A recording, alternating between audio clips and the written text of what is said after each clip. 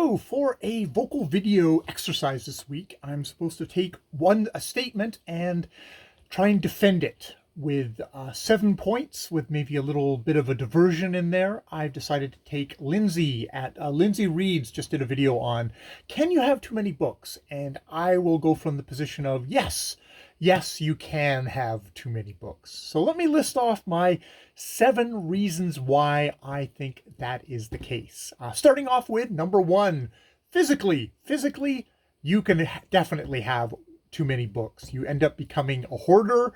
You just have no room left in your house. And just how that is going to kind of affect your environment. Even if you're a bit of a slob like myself, that the clutter in that is probably damaging to you. If not, when the earthquake comes and the towers of books fall down upon you, pin you to the ground, and you starve to death. Well, actually, you probably die of thirst first, and then starve to death as the dogs consume your flesh. Speaking for a friend here.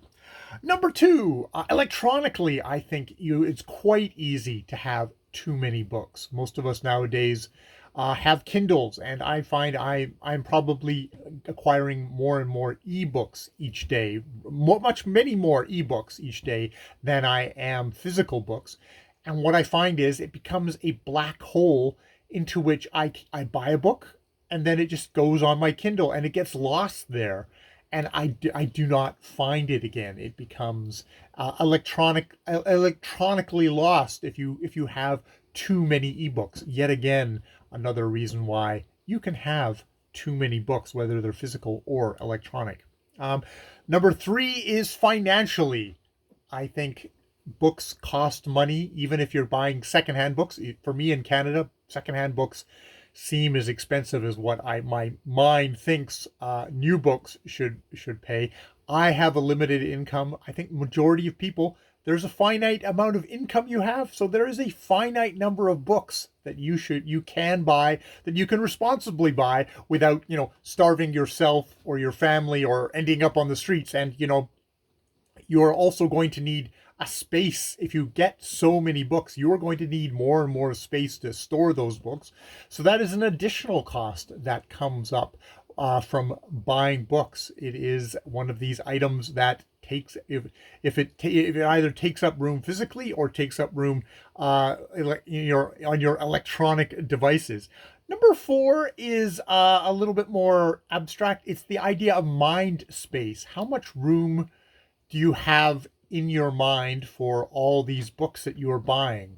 I think there's a finite number of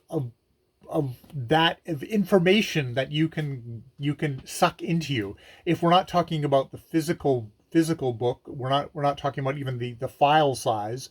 We're talking about the amount of information or headspace or emotion that is getting to you, which probably leads me to my fifth idea, which is depth of reading.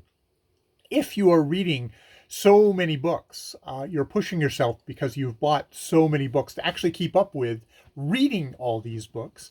How much time are you actually devoting to the books themselves? How at a certain point, even with a fastest reader, do you short circuit the actual act of reading and it simply becomes mindless consumption versus focusing in on something?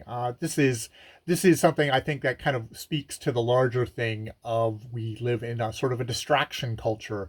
There's everything is on the surface. We're bipping and bopping from one new thing to the next new thing to the next new thing, and we're never actually stopping and considering and really deeply getting into the material, whether that is books, whether that is art, art in general, whether that is our lives of just stopping and considering where we are in our lives. And I think that unfortunately if getting to the extent where you're buying so many books is somewhat of a symptom of that larger problem. So I think number 6, I would say, it's just like how people get this anxiety of like, oh, I read this fast, so I've only got this number of books left in my life. And even if you're the fastest reader, that is a finite number. And so you have to choose wisely of what those books are going to be. Not necessarily have to all be the most elevated, but you have to kind of really, you have to consider. And I think that consideration will end up putting a limit on how many books you're going to read. But also, yes, there's a financial limit and there's just a lifetime limit. Even if you live to 80 and you read 400 books a year, which I think is what Lindsay was at the moment, ideally, that's probably her at her prime. That's still, there's still a cap on there of how many books to read. So, and I mean, at the end, for the final point, I just like to say, I think jokingly we say, oh, you can never have enough books, because we if you're a book lover like myself, like Lindsay, you just love books. You love books, and you just want them more and more and more, and you get that enthusiasm. But I think it's a point of saying, you want to cultivate a rich and varied garden for yourself, something where you're growing and you're sinking the roots deep into your love of books. And that can have, the silly, fun, action, adventure, naughty, whatever your guilty pleasure is kind of books. But you also get other books that are more like, oh, I really want to think about that. Or books that like moved you, made you cry, scared you, disturbed you, all the rich gamut of emotions.